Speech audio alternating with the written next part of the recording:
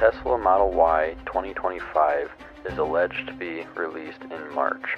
In the front exterior of the vehicle, there will be a more flatter front bumper, a front-facing bumper camera, and an LED light bar. At the rear of the vehicle, it'll have a more sporty light bar, and the license plate will be mounted lower on the rear bumper to give it a more clean look. There's also a new exterior color available, Glacier Blue.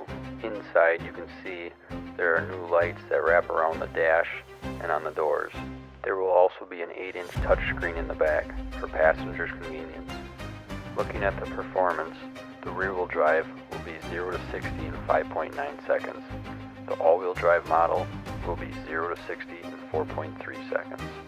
For the range of the vehicles, the rear-wheel drive model will be 368 miles. The all-wheel drive will be 446 miles.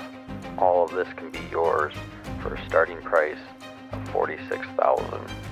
Leave a comment and tell me which feature you like best, what you think will change before the final release date, and if you plan on buying one.